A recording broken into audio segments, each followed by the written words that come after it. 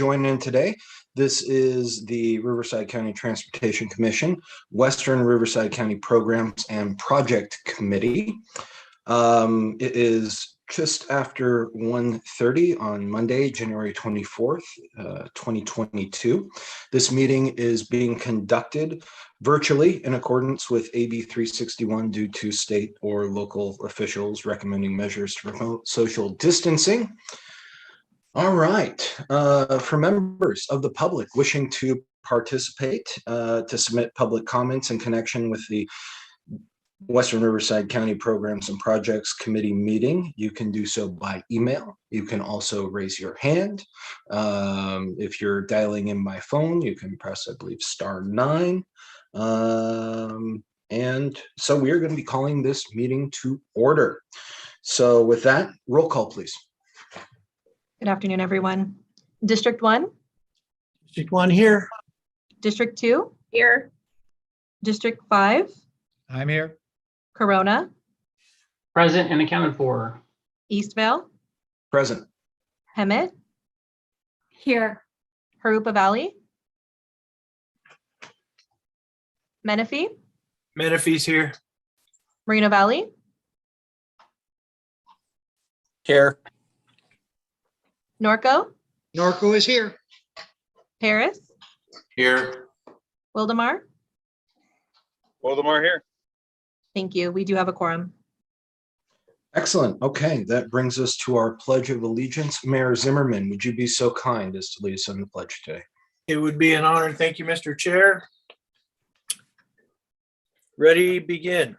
I pledge allegiance to the flag of the United States of America and to the republic for which it stands, one nation, under God, indivisible, with liberty and justice for all. Thank you. All right, thank you, sir. Appreciate that. Okay, that brings us to item number 4, and that is public comments. Have we received any public comments, or do any members of the public wish to make? We did not receive any written comments, and I am not seeing any hands raised at the moment. Okay, neither am I. So we're gonna then move ahead to item number 5, and that is additions, revisions. Does anybody want to see anything moved around on the agenda? Staff, members of the committee? Seeing shaking of heads. Okay. All right, then that brings us to item number 6, and that's our consent calendar. All items on the consent calendar are considered to be, well, non-controversial, et cetera, et cetera. So if anybody, I'm looking for a motion. Move to approve 5th District. Okay. We have a first and Seconds. Okay, we have a first and a second. Roll call, please. District 1? Yes. District 2? Abstain. District 5? Yes. Corona? Aye. Eastvale? Aye. Hemet? Yes. Harupa Valley? Menifee? Yes. Moreno Valley? Yes. Norco? Yes. Paris? Yes. Wildemar? Wildemar, yes. Thank you. The item passes. All right, excellent. That brings us to item number 7, and that is County of Riverside funding request for design of the Interstate 10 bypass project. Do we have anybody that wishes to speak on this item? Any members of the public? I'm not seeing any hands raised. No, we did not receive any comments. Okay, excellent. Then we have to lead us through this, Ms. Jillian Gazzato. Good afternoon, Chair Lorimore and Commissioners. For 2 decades, the County of Riverside has envisioned a project in the Banning-Cabazon area that would serve as an alternate route to Interstate 10. From time to time, the California Highway Patrol, or Caltrans, have been in the difficult position of having to shut down lanes, sometimes all of them, for hours on end when major incidents occur. This is illustrated by the inclusion of the I-10 bypass project in the emergency response I-10 closure plan. Though this doesn't happen often, When it does, it's problematic as there is no alternate route between Cabazon and Banning. In recent years, the county was able to identify funding for the environmental phase of the I-10 bypass project, which was just completed last month. To be clear, the environmental phase was just completed last month. Now the county is ready to begin the design and right-of-way phases.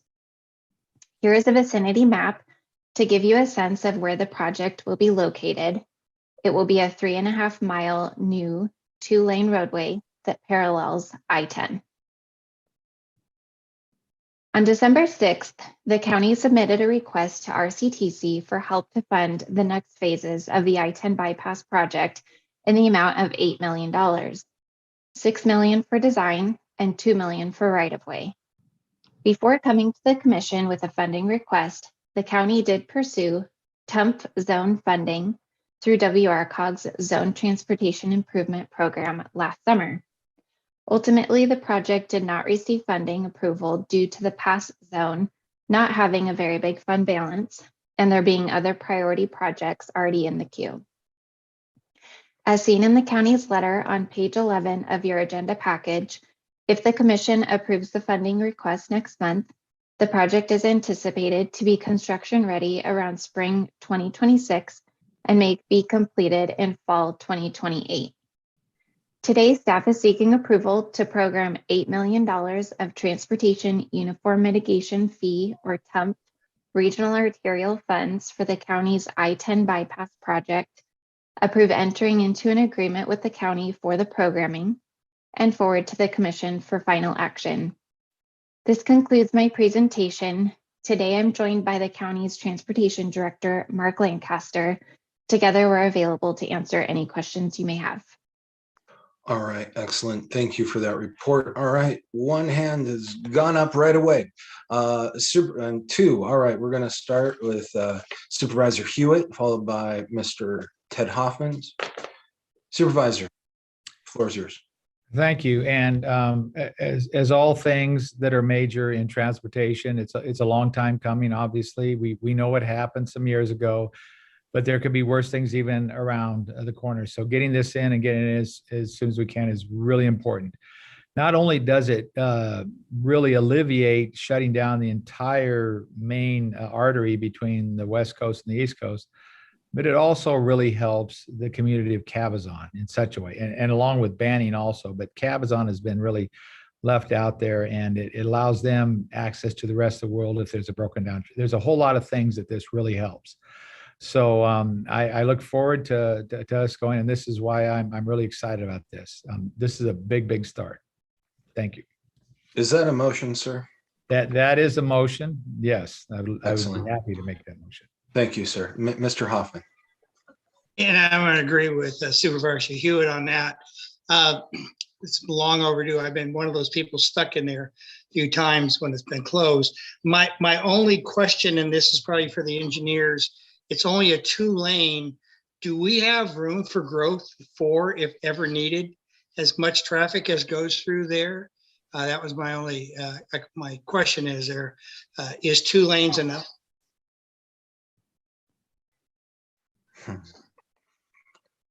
And is that something that you would like to take, or Jillian? I was going to ask Mr. Lancaster if Mark is here. I am.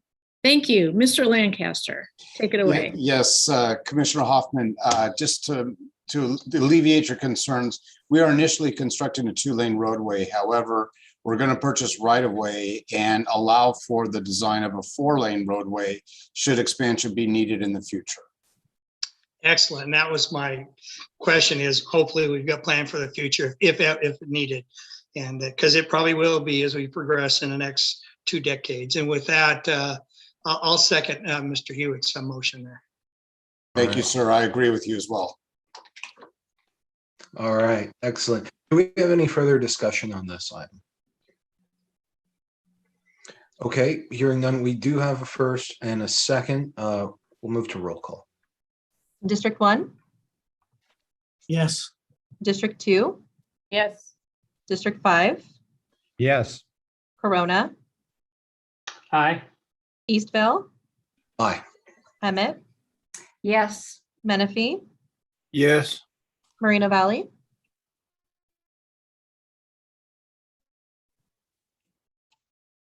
Norco, Yes. Paris, Yes. Wildemar. Wildemar, yes. Thank you. Item 7 passes. Excellent, thank you. That brings us to item number 8, and that's agreements for on-call right-of-way appraisal review services. I'd like to ask if we have any of members of the public that have either submitted comments or Did not receive any written comments, and I do not see any hands raised. okay. Hearing none, Mr. Ruben Duran, if you could please walk us through this one. Good afternoon, Chair Larimore, committee member and committee members. My name is Ruben Duran, Senior Management Analyst with the Right-of-Way Department. I'm seeking approval for award of a new on-call appraisal review services contract in the amount of $500,000 for a 3-year term, as the existing contract will be expiring soon. The Commission uses independent appraisals to establish the fair market value of any property interests to be acquired.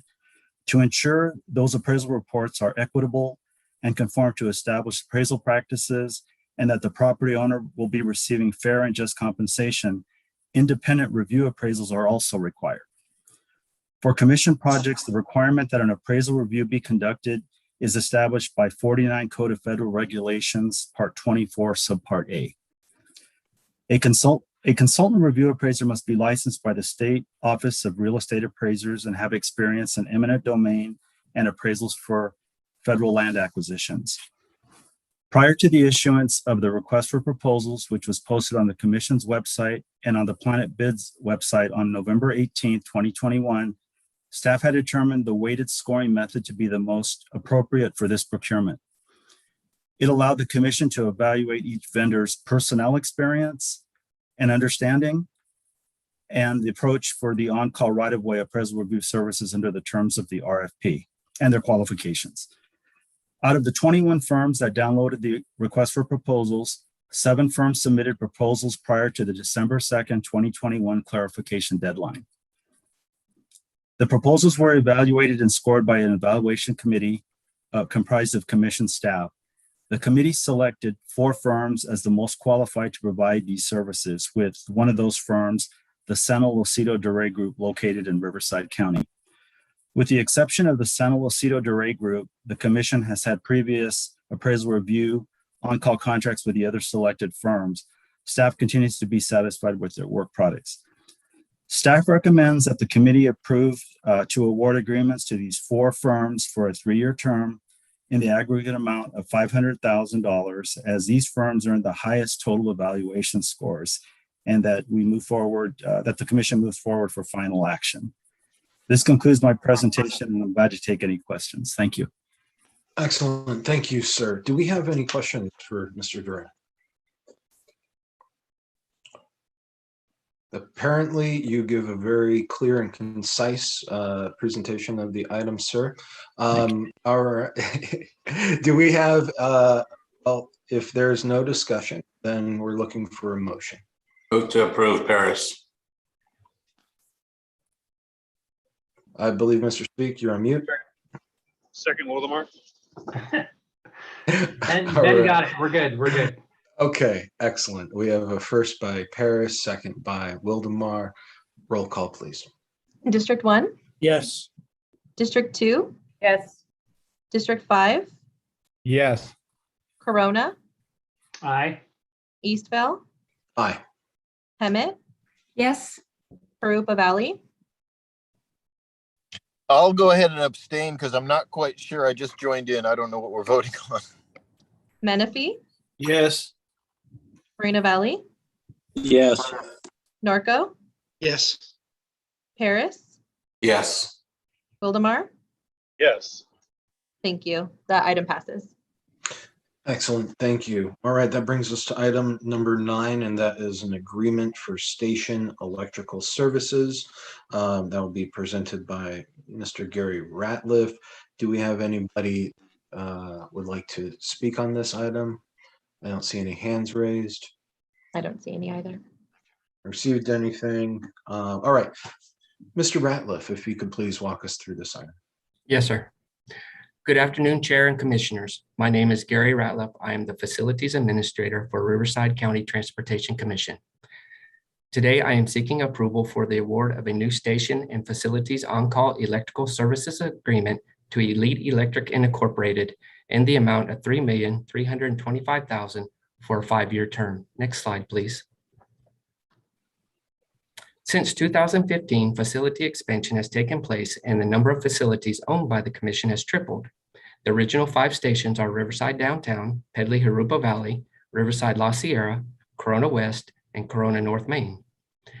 Expansion of facilities began in 2015 with the construction of the Operation Control Center at the Riverside Downtown Station. In the spring of 2016, the Paris Valley Line project incorporated additional 4 more stations: Riverside Hunter Park, UCR, Moreno Valley Marchfield, Paris Downtown, and Paris South stations, and the Paris South layover yard. In the spring of 2019, the RCTC project delivery team also completed the expansion of a bus terminal depot at the Riverside La Sierra station. These facilities are shown on this map with green labels. The Commission also owns and operates 5 toll facilities: the Regional Operations Center, the ROC, the 91 Express Lanes Customer Service Center, the CSC, the Facilities and Maintenance Building, the FAM, and 2 toll utility buildings located at the east and west ends of the 91 RCTC toll lanes. These facilities are shown on the map with blue labels. The Commission requires a professional certified electrical contractor to provide testing and inspection of all electrical and lighting systems, as well as maintenance services for day-to-day operations, safety and security, and preservation of property. Next slide, please. Some of the different types of facilities that require inspection and maintenance services include facility lighting, which requires regular inspections, solar panels and systems, battery backup systems, and wiring for landscaping, elevators, control panels, and switches. Services also include cleaning and repairing lights, as well as electrical and solar components. The contractor must respond to emergency and on-call electrical safety issues. Next slide, please. The contract also includes funds for upgrade and rehabilitation projects using federal and state grants. Here we highlight one example, which was a project to convert all lighting to LED bulbs, which has reduced the annual energy cost at the Jurupa Valley Station by 65%. An additional project which is currently underway is the construction of 2 solar carport canopy projects at the Moreno Valley Marchfield and the South Paris stations, which will reduce net electricity cost to 0. Next slide, please. For the procurement process on October 28, 2021, an RFP for these services was posted on the Commission's Planet Bibs website, and 167 emails were sent out to potential firms. 26 firms downloaded the RFP, of which 5 firms are in Riverside. 3 bidders submitted proposals. The weighted factored method of selection was used for this procurement. Therefore, the selection criteria included 4 factors: experience, qualifications, understanding approach, and pricing. Next slide, please. Utilizing the evaluation criteria set forth in the RFP, the 3 firms who submitted bids were evaluated and scored by an evaluation committee comprised of Commission and Bechtel staff. Elite Electric Incorporated of Riverside scored the highest in every category. There was an unusual high spread between the 3 bids received, so staff analyzed the bids and contacted each of the bidders to understand why. Reasons for the spread included the fact that there were some unfamiliarity with the work required, and this was reflected in the experience portion of the proposals, resulting in pricing some of the risk into their bids and difficulty in obtaining subcontractors for a portion of the work which the prime contractors did not have experience with. We also looked at the RFP to make sure the scope of work was not confusing or unfair. It was confirmed that the same information was provided to all bidders. All bidders were encouraged to make site visits. Bidders did not demonstrate any misunderstanding of scope of work in their question or comments at the pre-bid meeting. Station lighting quantities and details were provided in RFP Section J, and the low bid closely matches the current pricing we have for those services. Slide 7, please. As a result of the Evaluation Committee's assessment of the received proposals, the Evaluation Committee recommends award of the contract to Elite Electric Incorporated in the amount of $3,325,000 for a 5-year term, which includes $825,000 for routine electrical and on-call maintenance services, and $2.5 million for electrical upgrades and improvement projects as grant funds become available. Staff is requesting the committee to approve this item and forward the item to the commission for final action. Slide 8, please. Thank you again for your time this afternoon. This does conclude my presentation, and I am happy to answer any questions. Excellent. Thank you, sir. All right. Mr. Hoffman, quick on the draw, sir. No, I want to thank staff. I was reading through there and I saw on page 265 the explanation for the bid differences, and I really appreciate them taking the extra time and explanation of why the bids were the way they were, and it shows me they're doing their homework. So I appreciate staff for doing that. Just want to point that out. And if no one says anything, if no one else has any questions, I moved for approval. Thank you. Excellent. Any further discussion, comments? Corona seconds. Have a second. First by Norco, second Corona. I don't see any further discussion. Roll call, please. District 1, District 1, yes. District 3, I'm sorry, District 2, Well, sorry. Yes. District 5, That was redistricting, but anyway, yes. Corona, Aye. Eastville, Aye. Emmett, Yes. Arupa Valley, Yes. Menifee, Yes. Moreno Valley, Yes. Norco, Yes. Harris, Yes. Wildemar. Yes. Thank you. Item 9 passes. Excellent. Thank you. That brings us to item number 10. And this is a change order to amend the Interstate 15 Express Lanes Project Toll Services Agreement. It's long, but that's what it is. This is item 10. Do we have any members of the public wishing to speak on this? Have we received any comments? We have not received any written comments, and I don't see any hands raised. All right. This is going to be presented by Sri Rajan. Sri. Are you here? Good afternoon, Chair and Commissioners. Sir, please. My name is Sri Rajan, Senior Project Manager with Toll Projects. Today, I'm here to present and seek the Commission approval for the change order to the existing toll services provider agreement for the 1591 Express Lane Connector project. Next slide, please. Here is an overview of the project. The scope of the design build project is to construct a connector from eastbound 91 express lanes to the northbound 15 express lane and southbound 15 express lane to westbound 91 express lanes.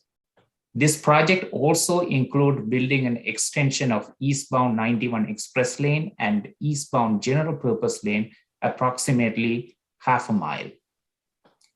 The project is currently in construction and anticipated to be completed in 2023. Next slide, please. CAPS is the current toll system provider and operator for both 91 and 15 express lanes. The current contract base period expires in April 2026. Having the same provider for the 1591 ELC project provides the continuity in operations and also a seamless customer experience. Next slide, please. Here's an additional scope of work for this change order. In order to determine which toll to charge a customer, additional toll points are needed to be installed. One at the 15 express lane in both directions as shown in purple dots on 15. And the second toll point is at McKinley exit and entrance of the 91 express lanes. The scope also includes 7 traffic detection sensors and 7 closed circuit television cameras in order to detect the presence of vehicles. Next slide, please. At this time, not all the scope needed for the project toll services and operations are finalized. The change order does not include the following scope of work. Number 1, trip build and destination. Trip combinations toll charges are still in discussion with staff.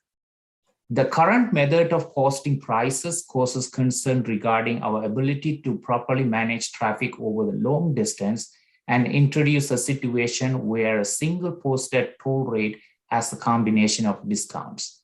Staff and CAPS are working on these alternate methods to amend the trip build and destination posted on the signs to address these concerns. Number 2, staff are currently working with CAPS to finalize the cost for operation and maintenance of the new equipment. Number 3, processing the images of the number plates and post the charges to the account number. This cost for the scope and the customer service are still in discussion with the CAPS.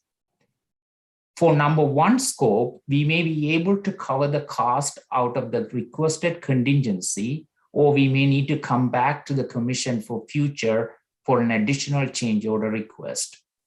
For item 2, 3, and 4 scopes, there will be a change order in the future to address the scope of work and the cost.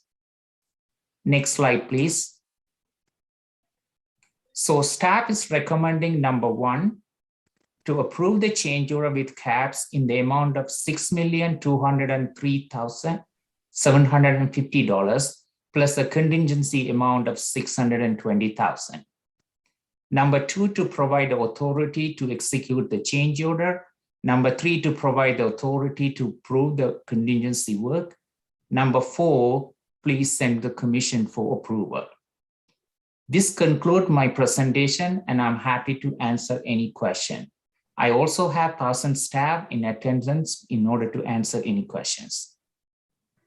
All right, excellent. Thank you, sir. Appreciate the presentation. Mr. Speak, Mayor Speak, you are up, sir. Thank you. I just had 2 questions. One, can you describe what's going to be installed on the westbound side at McKinley and how that affects the toll going east or coming east? We're just trying to get is that just we're changing the way the toll recognizes it, or what's the process there? Yeah, let me go to, can you, slide 4. It's basically like there will be a toll points at McKinley exit. As you can see at the purple dots, there will be 2 toll points at the entrance and the exit of the McKinley, right here. So this will be able to, in order to, because we are introducing a new origin and destination on the 15th South to enter the 91, this will allow to charge correctly to the customer of the charges when they travel. There will be no changes of the charges when they go from the eastbound from the 91. But this additional toll points will provide the better detection of the toll, the vehicles, and to charge correctly of the customer. Okay, is that to make sure they don't confuse people that are traveling westbound on the 91 versus ones that are crossing over from the 15?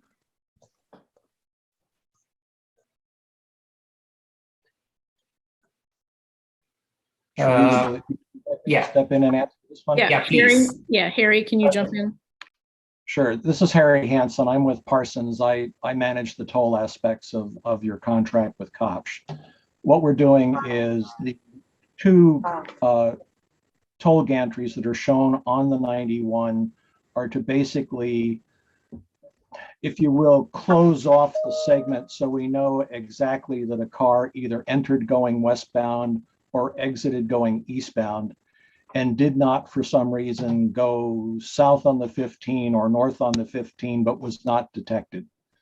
So right now, what you have is a situation where if somebody went, say, east on the 91 and south on the 15, but for some reason, the gantry on that connector failed, things happen. Okay. You would have to say it's either the 15 or the 91. This eliminates that guesswork and and makes it more accurate. That makes sense. So basically, if you have to modify the McKinley westbound gantry to ensure if it doesn't pick up somebody and it does pick them up, or it doesn't pick them up on both. Okay, that makes sense to me, because I was like, I didn't quite get it. Yeah. And then the last question is regarding the trip build process. I know it's not part of this contract, but as we add segments and as we add things in the future, the way those signs are now, they are very limited. We only have 3 spots now. Are we going to be looking at changing those so we can add to them later, or because it is changing? I mean, we're going to see the southern extension, hopefully, and a couple of other things, and I want to make sure we're not having to redo this every single time. I think that's part of what's being looked at right now in terms of the tolling. You'll always be restricted to 2 spots on the sign, with the exception of the new one that we put eastbound on the 91. It has 3 slots, and that's more of a Caltrans restriction. So it's a matter of using overlays to change the destinations. Caltrans has restrictions as to how many lines you put on a sign. We've been down that road, but I think this is what's happening right now with the relook of the trip building, is what do we want to have on the signs? That's part of it. Ms. Mayor. Okay. Great. Ms. Mayor, did you want to add something to that? Sure. And so in addition to the trip building related to the existing 91 and 15 facilities, as mentioned, we have I-15 Southern Extension, we have I-15 next to the north. We also have the 241-91. So this conversation about the trip building conversation has 2 aspects to it. One is the technical behind the scenes. How do you actually build the trip? How do you make sure you have the sensors in the right place so that there's redundancy in the sensors, so that you can actually tell who went where, and even if you have some equipment failure. Then the other question is, what do the customers need so they can make a decision? And that gets into the signing question, and those 2 start overlapping at a certain point. So those are some pretty extensive conversations that we're having right now, not only related to, what RCTC needs, but this is also branching out into conversations related to the projects that we're connecting into.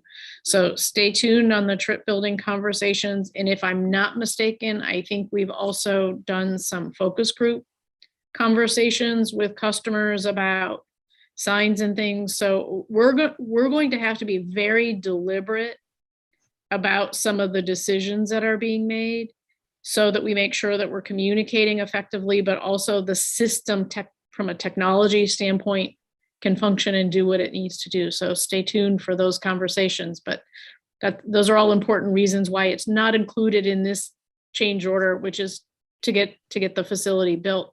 But we've got a lot of trip building conversations that we need to have.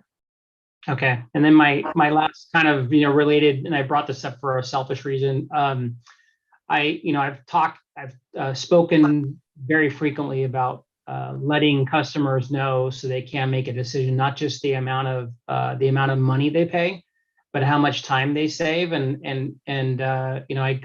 like to call it truth in tolling, that we tell people so they can make a decision. And I don't think I've stated to this group probably in a couple of years, but the theory being that most people see, they see the toll and they see a very high toll. They see, they're on the 55 and they see a toll that they think in their mind is going to total $30. They think to themselves, boy, the general purpose lanes must be really packed, because they don't understand the concept of the tolls are set up in that area months ahead of time. So they consciously think that they're going to save time by getting into the toll lanes because the price is higher. And I know that's not the way that the RCTC wants it to work. We want to try and use pricing to push people out, but it's not it's a confusing topic because not only is it done differently in different segments, not in our own segments, but also in different segments in the state. So I would. And I know it's not something that the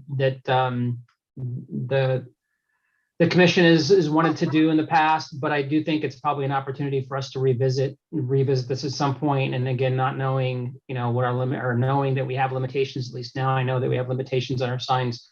I'm hoping that it's part of a future conversation so people can make those decisions, not just based on money, but based on time. But thank you. Excellent. Thank you, sir. Mr. Berkson, I see you have your hand raised. Thank you, Mr. Chair. So I'm curious, I didn't realize Caltrans had a limitation on the number of lines. So are we allowed to change the sign so it might say $3 to Ontario Avenue and $12 to the end of the line? Is that something that could be cycled back and forth between more than one location? Because the problem is people see a location and a fee when they're heading on the 91 eastbound, but it isn't giving the breakdown for the first destination necessarily. It may be the last destination. I think that's how it is right now. So I'm just curious if our signs could be changed or flip back and forth. That's really the question. I refer to Harry to answer this question. Ms. Mayor, I see your hand is raised. Oh, Harry, if you have a comment, why don't you go first and then I'll jump in. I think that's all part of the trip building discussion, is what the destinations need to reflect on the signs. Right now, the signs are set up so that with the two destinations on the sign, the first one is the nearest and the second one is the end of the line. I think all that's being re-looked at to maybe change what the destinations need to reflect for what we're hearing from the public and what kind of trip building that we need to do. And just to add to that, this isn't a conversation that is unique to Riverside. We are participating in statewide conversations as a part of the California Toll Operators Committee in talking about operational issues, consistency issues, dealing with standards and protocols that Caltrans and Federal Highway Administration have. They're part of those groups as well. So these are really important questions, and our goal is to try to put information on the signs that the customers need to be able to make decisions. So point well taken, and there's more discussion. I think David Thomas, did you have something you wanted to add to? Just to touch on the two destination issue, that is the standard maximum of 2 messages or 2 destinations. The 3 destinations that we're looking at for eastbound 91 at County Line actually had to go to Washington, D.C. for approval, because that's an exception to both Caltrans and FHWA guidance for managed lane signage.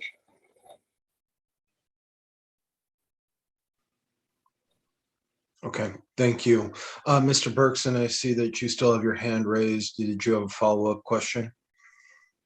No, that was all. Thank you. Okay, thank you. Do we have any further questions or discussion on this item?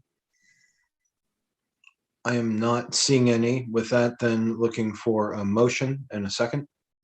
Menifee will move. Motion by Menifee. Yeah, Marina Valley seconds. I think Marina Valley got in there, if I heard that correctly as a second. All right, roll call, please. District 1, District 1, yes. District 2, Yes. District 5, Yes. Corona, Aye. Eastville, Aye. Hemet, Yes. Carupa Valley, Yes. Menifee, Yes. Moreno Valley, Yes. Norco, Yes. Harris, Yes. Wildemar. Yes. Thank you. Item 10 passes. Excellent. All right, that brings us to item number 11, and that is the 15 interim corridor operations project. If we had any members of the public wishing to speak on this, I realize that this is a verbal update, but no. Okay, Stephanie Blanco, the floor is yours. Thank you, Chair. Good afternoon, committee members. My name is Stephanie Blanco, and I'm the project manager on the Interstate 15 Interim Corridor Operations Project, also known as 15 ICOP. I'm here to provide an update on the delivery of this project. I'm here with David Thomas, Toll Projects Delivery Director, and Mark Ferger, Consultant Project Manager with Parsons, to help answer any questions after the presentation. Next slide, please.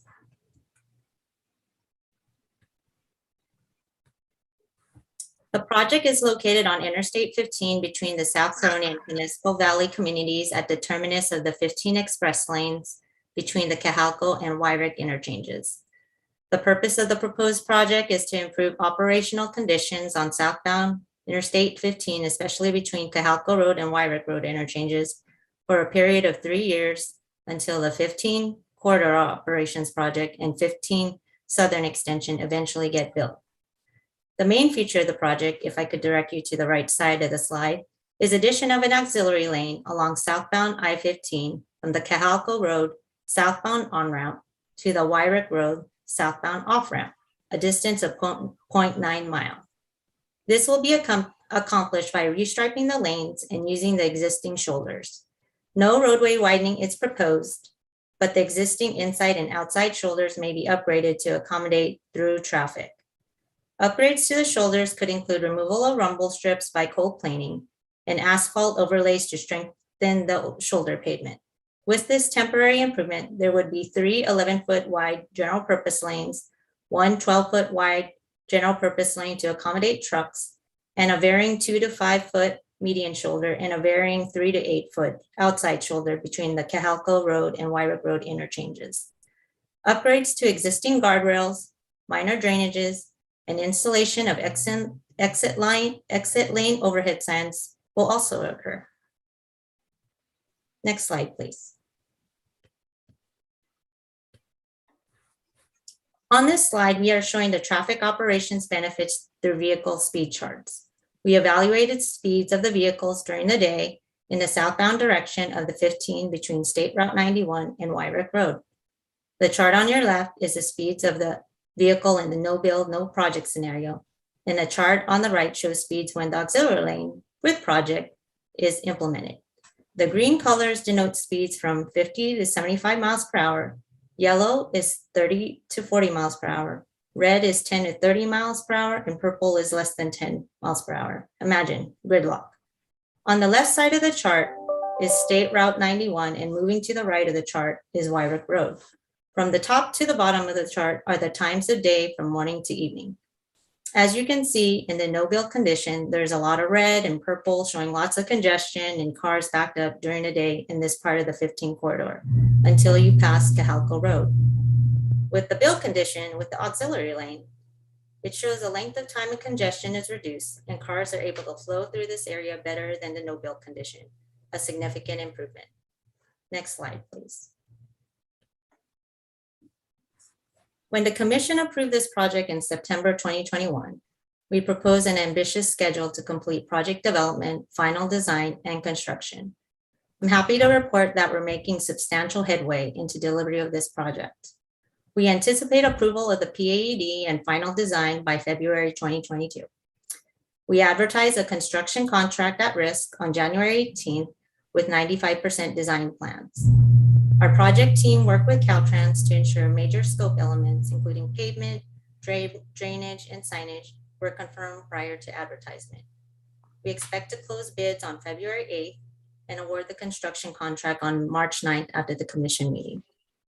Construction is scheduled for March through September, and we expect to open the lane to traffic by September 2022. Part of the reason we're able to meet our expedited schedule is due to the cooperation and collaboration with Caltrans. We entered into a charter agreement with the agency to confirm roles, responsibilities, review times, and dispute resolution processes. We've also had regular meetings with Caltrans on various disciplines, as well as high-level meetings with management. RCTC and Caltrans has been working together cooperatively to develop solutions and to make sure quality deliverables are reviewed and approved in a timely manner. In short, we have a really good team working to deliver this project. Next slide, please. Besides our status on the schedule, I want to share our progress on the project. Currently, we're completing planning and final design concurrently. For planning, we're completing our revised design engineering evaluation report and working towards the approval of the categorical exclusion, categorical exemption. As mentioned previously, we expect these deliverables to be approved by next month. For final design, we did a very expedited process. We went direct to a 95% PS&E and submitted that in December. We received comments from Caltrans and used 95% package 2 for our bid package that went out last week. We intend to submit the 100% plan soon for review and approval. The 100% PS&E package will be used to confirm the bid and award the construction contract. Next slide, please. After we receive project development approvals and award the contract, we will move into construction. The current engineer's estimate for construction of the project is $2.7 million. We are targeting to complete all pre-construction deliverables and break ground by early May and have estimated 105 working days to complete construction. There are 2 stages expected for the project: inside lane work and outside lane work. The first stage includes prepping outer pavement to shift traffic to the outside and to put up K-rail to build a reinforcement of the inside lane, the future lane number 1. The second stage will be to move traffic to the new inside lane to build the outside structural section for lane 4, the future auxiliary lane. Lastly, we will install temporary signs and then open to traffic. We expect work during the day behind K-rail and work at night with lane closures. The permanent overhead exit signs, which may take some time to fabricate, may be installed after the lanes are open. Please note that this is what our designers expect for construction, but contractors may have some different sequencing to meet or beat the schedule. Next slide, please. To help expedite construction of the project and open the aux lane to traffic as soon as possible, we've included a contractor incentive in our bid documents. Based on our working day schedule, we expect the contractor to be completed with the auxiliary lane and have interim signage in place by August 16th. This would be an early date to open the lane to traffic. For every working day that the contractor completes the work before August 16th, they will earn $12,500. At a maximum of 20 working days early, a contractor can earn a maximum bonus of $250,000, and the lane can be open to traffic as early as mid-July. The maximum bonus is about 9% of the current engineer's estimate for construction. Next slide, please.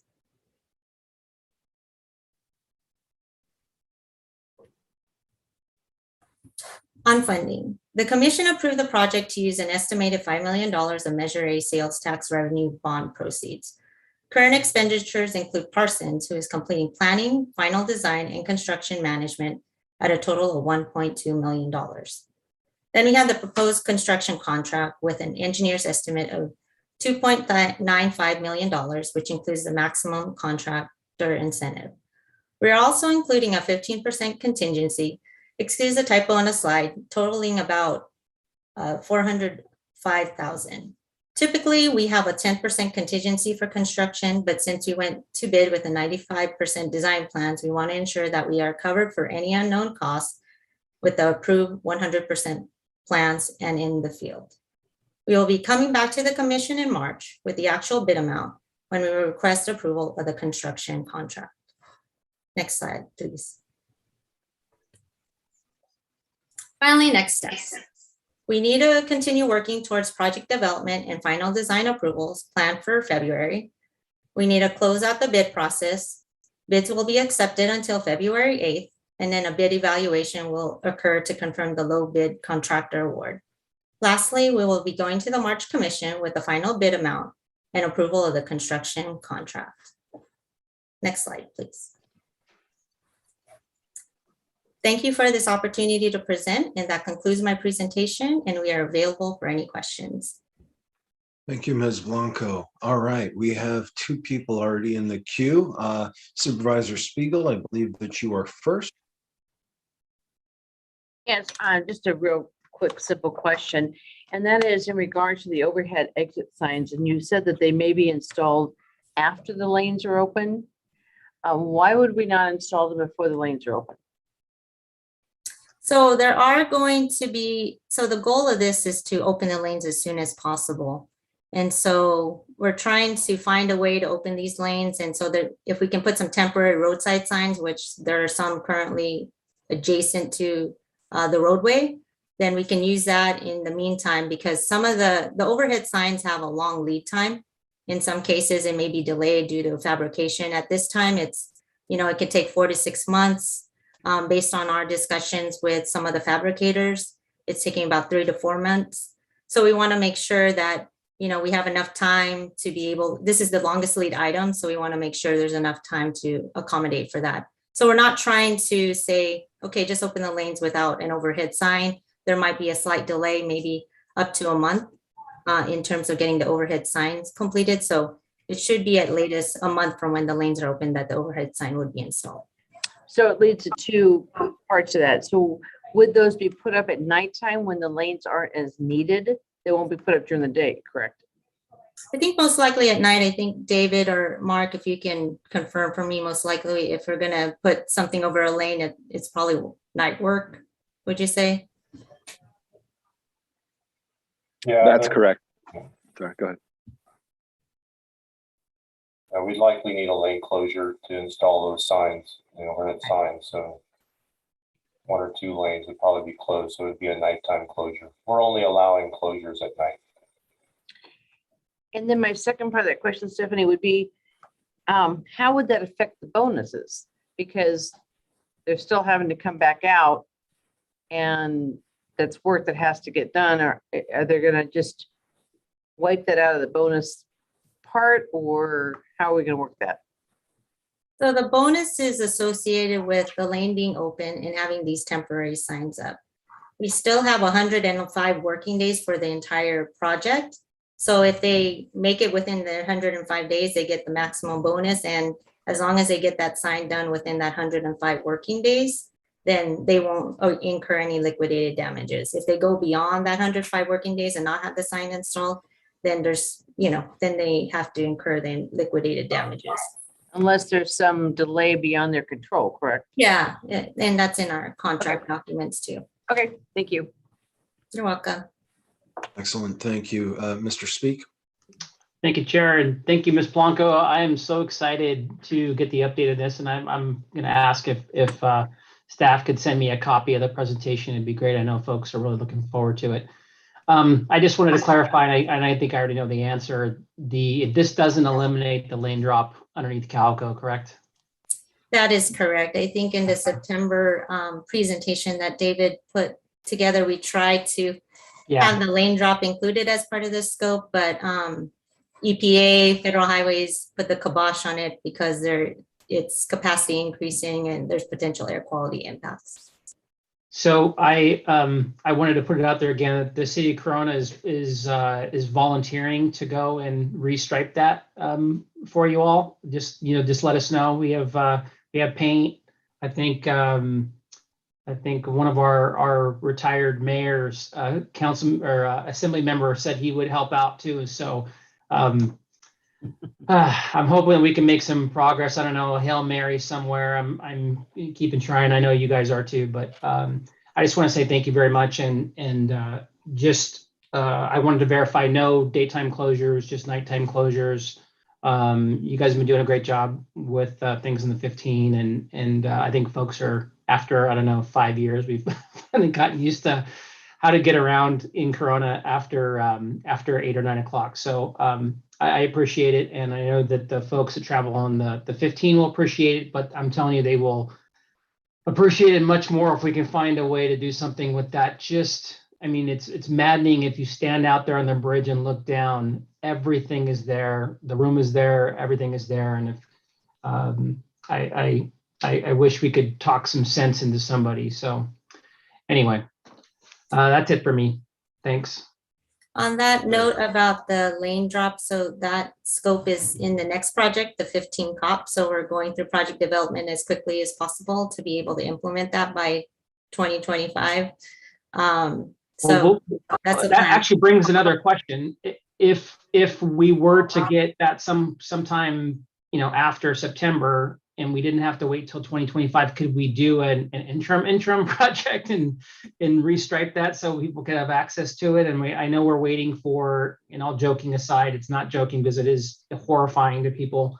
If there's the way that, when I know we're waiting for that air quality study to be done, which is, again, a crazy thing to me, that it's somehow better for thousands of cars to sit there for hours at a time. I mean, even showing the heat map that you showed on slide 3, it shows a drastic improvement. But I know with that lane drop eliminated, it's almost back to a reasonable amount of waiting. So yeah, it's maddening to me. If there's a way, we're doing our best to I know. try to expedite 15 COP, but we'll see. We'll try to progress it as quickly I as appreciate possible. that. But yeah, I mean, that's actually a serious question, whether or not, if we do have somehow get, after the project is complete in either mid-July, which I hope, or September, is there a way to restripe that as an interim project between, now and 2025?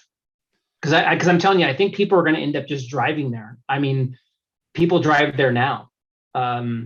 So I'm, a little bit worried about that part too. Ms. Mayor, I see that you would like to add your thoughts. Comments. Do. So I think the answer to that question, Commissioner, is possibly. I mean, one of the things about this commission that I do so appreciate is that you all have set an expectation, and it's an expectation that we always strive to meet, that if there is a way to do it, let's do it. And so we will continue to monitor what's happening in that area. So a couple of things. As Stephanie said, that section is included in the scope for the I-15 COP. So it is included in the project that's coming in 3 years. You all may recall that the governor had some exciting announcements about I-15 up by state line that would do something similar here, and they'd have to go through the same committee. They did go through the same committee we had to go through. They were also denied at that committee. So they're consistent across the board. I am appreciative as that process for that project evolves. Kome Ajise at SCAG and I have had multiple conversations, and SCAG is the convener of that committee. They're not a decision maker or a voter on the committee, but they convene that group. Kome has indicated that if that project on I-15 at County Line comes back for reconsideration, that our request for the extension to the north also comes back at the same time. So that's one part. So we've got I-15 COP. We have the, we attach ourselves to the I-15 county line or state line issue. That's one possibility. Or perhaps if the air quality modeling is completed in advance and there's an opportunity to create an interim project, we can talk about it at that time, because we need to do that before they'd approve it. And then finally, as was discussed, I think at our last commission meeting, we did send a letter to Caltrans headquarters and the California Transportation Commission related to their 2022 SHOP program, which is the program where they would fund auxiliary lane projects. And we asked them to include the I-15 auxiliary lanes that were included in the Caltrans District 8 study. Thank you. Thank you. Thank you. Thank you. Sure. So we are looking at any and all possibility here to do as much improvement as we can in this area. We know that it's needed, and we wanted to bring this status to you here today. We are on a very, very tight timeline, as you could see by the schedule. We don't want to let time go by while we're going through subsequent committee processes. So we'll open the bids, evaluate the bid, and just come straight to the commission for action so that we can get the contracts awarded as quickly as possible. So stay tuned. And thank you to David, Stephanie, and Mark for pushing so hard on this, and to Caltrans for being a collaborative partner. Fantastic. Right. So yeah, please go ahead. I'm saying if there's no more comments or questions, I'd love to move the item. Or no, it's not. We're not moving. It's a information. Right. I love information. Keep it I'm coming. so excited. I want to vote for some. I want to vote right? for this. I want to vote for the information. I want to vote for everything. Here we go. Perfect. Right. Let's keep the good information coming. And Mayor Speak, you have paint. I'll bring a brush. You let me know. We'll work on it. All right. That concludes this item. Thank you very much for the presentation. That brings us to item number 12. And this is election of officers for the Western Riverside County Programs and Projects Committee. That would be this committee. So at this time, do we have anybody? Well, Ms. Lisa Mobley, you're going to be leading us through this one, I believe, and I'm going to be looking for nominations for chair and vice chair for 2022. Lisa, did you have anything that you'd like to discuss on this, or do we just move to asking for nominations? I do not. You can just move forward with nominations. Okay. All right. Exciting times. Who here would like to nominate somebody? We do have our vice chair, Mr. Ben Benoit from Wildemar. I have not talked to him about this, but Mr. Benoit, in that you are vice chair, in my mind, that makes sense that you should be chair this coming year. And I would like to put forward that nomination, but I'm asking you, are you good with that? I am good with that. Be happy to. And I'll second it, Spiegel. Okay, we will let's hopefully do this as one. Who is there anybody out there that would like to nominate somebody, and they don't even have to be in the room right now, for the vice chair position? I'll nominate Brian Bergson. Okay. Do we have any other nomination? Okay, I'm not hearing any. So then that will make it easy. We, Lisa, can we do this at once with do it as a slate? We can. I would just need a second for the nomination of Commissioner Bergson for vice chair. I'll second. Seconds. Okay. We have a first and we have a second. Any further discussion or nominations? Seeing none, roll call, please. District 1? Yes. District 2? Yes. District 5? Absolutely. Corona? Yes. Eastville? Aye. Hemet? Yes. Karupa Valley? Yes. Menifee? Moreno Valley? Yes. Norco? Yes. Harris? Yes. Wildemar? Yes. Thank you. Congratulations to Chair Benoit and Vice Chair Bergson. Awesome. Congratulations. Air clap. Thank you all. Okay. Congratulations to you both.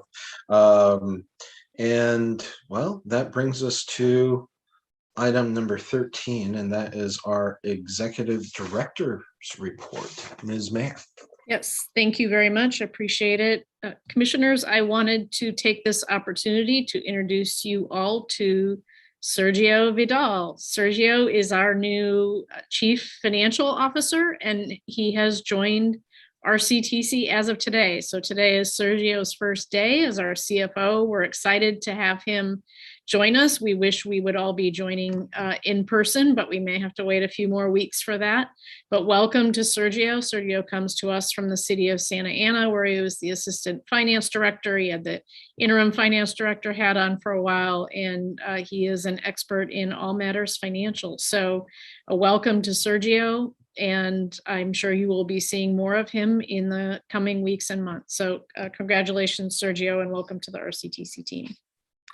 And that completes my update. I will share, last weekend, we did have to cancel the the westbound 91 55-hour closure due to the wind event, especially considering we were going to be placing false work. And it's very important to do that as safely as possible. So the team will be assessing the next window to do that, and we'll keep you informed, but safety first for all of the folks out in the field and the traveling public. And it was important to cancel that as soon as we had confirmation of those wind advisories. And that completes my report. Thank you. Excellent. Thank you. And welcome, Sergio. Welcome. We throw your first day, we throw you into a commission meeting. That's awesome. Love it. But welcome, sir. All right, that brings us to item number 14. This is commissioners' comments. Do any commissioners have any comments? Looking around, not seeing any. I'm just seeing shaking of heads. All right. Well, it's been an honor. It's been a privilege. Thank you for letting me serve as chair this past year. And that brings us now to our adjournment. The next Western Riverside County Programs and Projects Committee meeting is scheduled to be held at 1:30 p.m. on Monday, February 28th, 2022. Thank you all for taking the time today, and we'll see you at the next meeting. Take care. Thank you. Have a good week. Bye. Bye-bye. Good job, Clint. Thank you.